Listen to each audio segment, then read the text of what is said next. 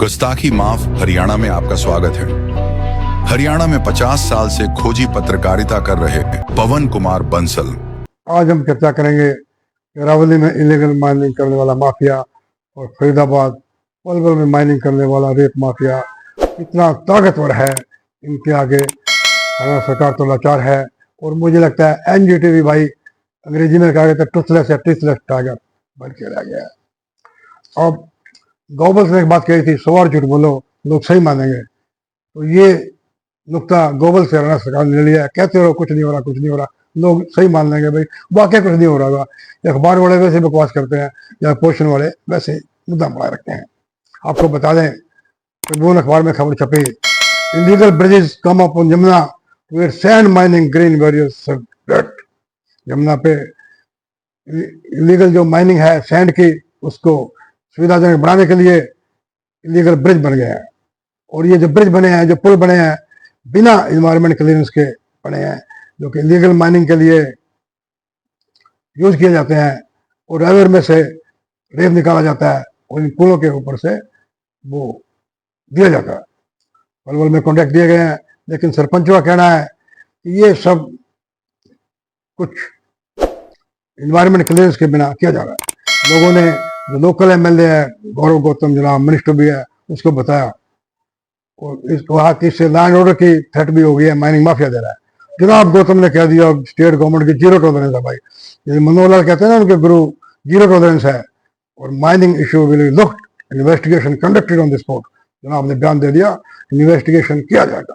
CM को ज्ञापन देकर इस सारे मामले की जांच की मांग की है, लेकिन सीएम साहब क्या जांच करेंगे। आपको बता दें पलवल में सीएम साहब गए, लेकिन उनको दिखाई नहीं दिया कि वहां पे ये हो रहा है। करण दलाल जो कांग्रेस के फायर ब्रांड लीडर है, उन्हें इस मामले में हाई लेवल की इंक्वायरी की मांग की जाएगी, उन्होंने मांग की है। और खबर पलवल से है। अवैध खनन पर करण दलाल का बड़ा आरोप ये है कि 20,000 करोड़ की रेत की चोरी के लिए नाजायज पुल बना रहे हैं। बीजेपी नेताओं के प्रशासन के साथ मिलीभगत है और घोषणाएं भी पहले की ही तरह जुमले हैं। हरियाणा की पूर्व मंत्री और कांग्रेस नेता करण दलाल ने कहा है कि पलवल में यमुना पर अवैध खनन के लिए बीजेपी नेता प्रशासन के साथ मिलकर नाजायज पुलों को बना रहे हैं। और आपको बता दें कि सेव अरावली ट्रस्ट के हैं जितेंद्र बढ़ाना, उन्होंने कहा कि 15 ग्रुप ऑपरेट कर रहे हैं, उसके कॉन्टैक्ट हैं, बाकी का कॉन्टैक्ट भी नहीं है।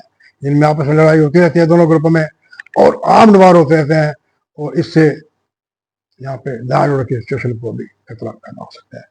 आपको बता दें, सुनो भाई सरकार का जवाब आज ट्रिब्यून अखबार में छपा है। Government denies violation of Palwal mining road, Dalal Surjewala demand independent probe site long standing evidence.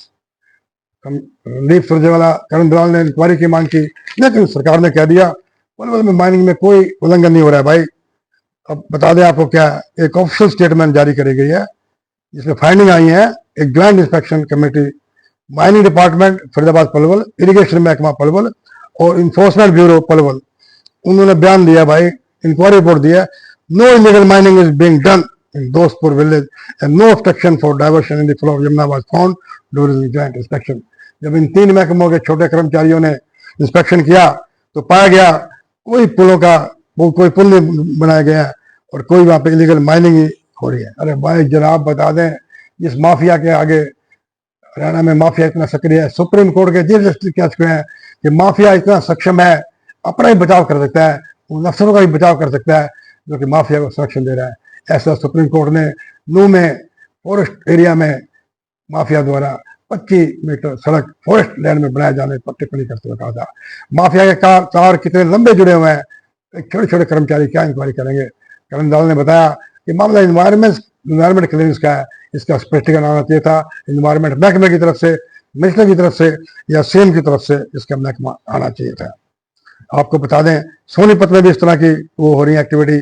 उनके बारे में एनजीटी ने सोनीपत के डीएम को कहा है, on the acquisition of mining in Sonipat the NGT bench directed the DM to investigate the extent of damage to the river due to mining and identify reason for changing the river natural coursing. DM must recommend measure and restoration and impose environmental compensation on the errant firm। NGT ने ऐसा कहा। NGT का order मुझे लगता है Toothless या टीथलेस tiger है। NGT का ऑर्डर कर देती है, उन पर कोई कार्रवाई नहीं करती। सरकार एनजीटी के ऑर्डरों की भी अवहेलना करती है। अब फिर हम पलवल पे आते हैं, इतने गंभीर आरोप है, कोई लाखों का करोड़ रुपए का रेत निकाला जा चुका है माफिया द्वारा।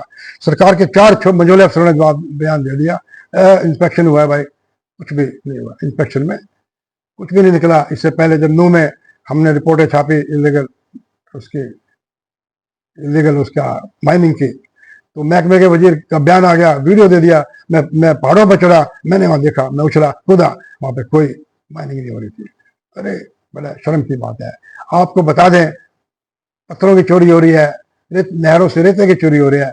और जैसे पंजाब में जो चन्नी नाम के बंदे मशहूर थे, वो थे रेता चोर के लिए। हरियाणा में भी कौन नेता है जो रेता चोर के नाम से मशहूर है, और इन रेता चोरों को संरक्षण दे रहे हैं, जो ना एनजीटी की परवाह करते हैं, ना किसी एजेंसी की परवाह करते हैं। बड़ी शर्मनाक बात है। नमस्कार।